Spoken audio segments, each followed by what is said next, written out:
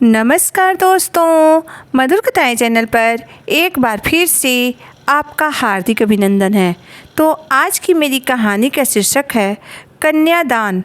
तो चलिए शुरू करते हैं आज की अपनी ये कहानी। शंभू आज जब अपना सब काम निपटा कर घर आया तो उसने देखा कि उसकी पत्नी गौरी बड़ी उदास लग रही थी। तब उसने गौरी से पूछा, क्या बात है गौरी, तुम आज इतनी उदास क्यों हो? क्या तुमसे किसी ने कुछ कहा या फिर कोई और बात है? तब गौरी अपनी आँखों में आए हुए आंसुओं को छुपाते हुए बोली, नहीं जी, कोई बात नहीं है। जिस पौधे में फूल नहीं आते हैं वह बेकार होते हैं, समाज में उनकी कोई जगह नहीं होती है। तब शंभू थोड़ा आश्चर्यचकित होते हुए बोला, अरे तुम क्या कहना चाहती हो? मैं कुछ समझा नहीं। समझकर भी नासमझी का बहाना बनाकर शंभू ने अपनी पत्नी से पूछा। तब गौरी बोली, जानते हैं, आज मैं शोभा दीदी के बहू रीमा की गोद भराई के कार्यक्रम में गई थी, परंतु लोग वहाँ मुझे बहुत ही तुच्छ दृष्टि से देख रहे थे।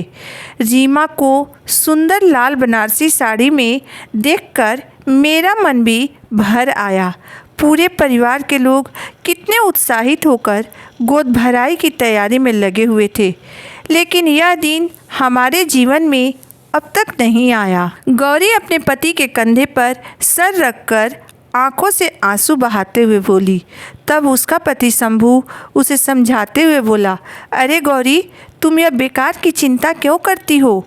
हर पौधे की अपनी महत्व होती है, चाहे उसमें फूल खिले या फिर न खिले।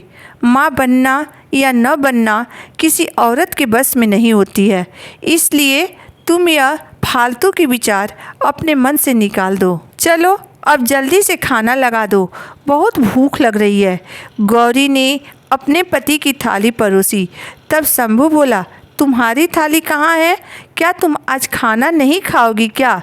तब गौरी धीरे से बोली, नहीं जी, आज मैं खाना नहीं खाऊंगी क्योंकि आज मेरा उपवास है।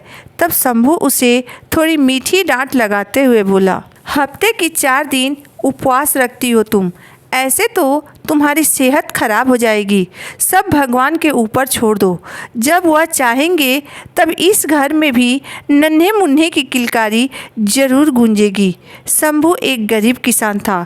उसकी माँ हमेशा बीमार रहती थी, इसलिए अपनी माँ की इलाज के लिए उसे अपने खेत तक बेचने पड़े थे, परंतु फिर भी वह अपनी माँ को बचा न सका।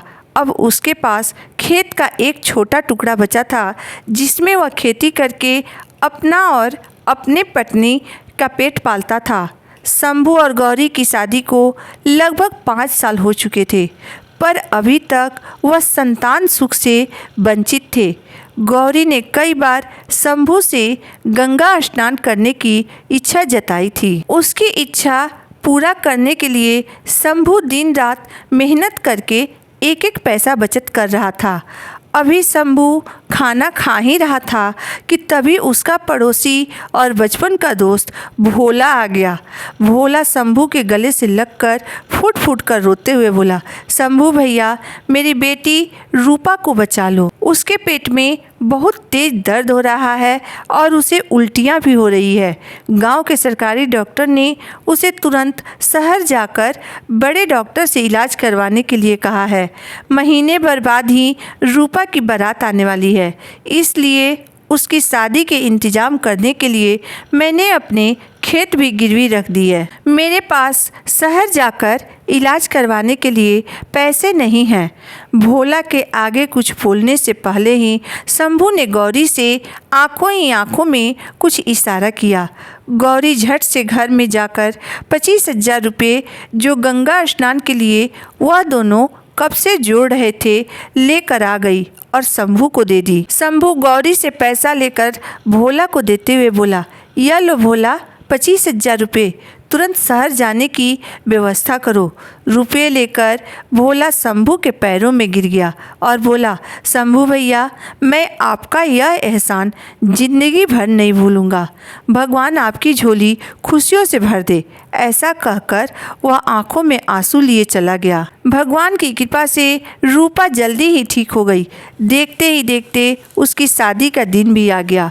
पंडित जी ने कन्यादान के लिए जब रूपा के माता पिता को बुलाया तो रूपा के पिता भोला ने कहा, नहीं पंडित जी, अपनी बेटी का कन्यादान आज मैं नहीं करूँगा, बल्कि कोई और करेगा। फिर उसने शंभू तथा गौरी को अपनी बेटी का कन्यादान करने के लिए आमंत्रित करते हुए कहा, आप लोगों ने मेरी बेटी को नया जीवन प्रदान किया है, इसलिए आज उसका कन्यादान भी आप लोग ही करेंगे, क्योंकि अगर आज आप लोग नहीं होते तो मेरी बेटी इस दुनिया में नहीं होती। तो इसलिए मेरी बेटी के कन्यादान पर आप लोगों का ही अधिकार है। भोला ने शंभू तथा गौरी के सामने हाथ जोड़ते हुए कहा। भोला की बात सुनकर शंभू तथा गौरी की आंखों से झरझर आंसू बहने लगे। उन्होंने सपने में भी नहीं सोचा था कि निसंतान होकर भी उन्हें कन्यादान का सुख प्राप्त होगा। दोनों ने ढेरों आशीर्वाद के साथ रूपा का कन्यादान किया। रूपा का कन्यादान करके दोनों पति पत्नी अब बिल्कुल भूल ही गए थे कि उनके जीवन में कुछ कमी है। रूपा के कन्यादान करने के कुछ महीनों बाद ही एक दिन अचानक गौरी को अपने शरीर में कुछ परिवर्तन महसूस हुआ।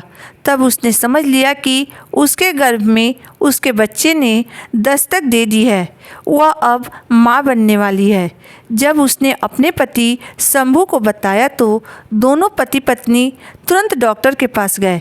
तब डॉक्टर ने सच में गौरी की माँ बनने की खुशखबरी शंभू को दी। सही समय पर गौरी ने एक बहुत ही सुंदर तथा स्वस्थ पुत्र को जन्म दिया।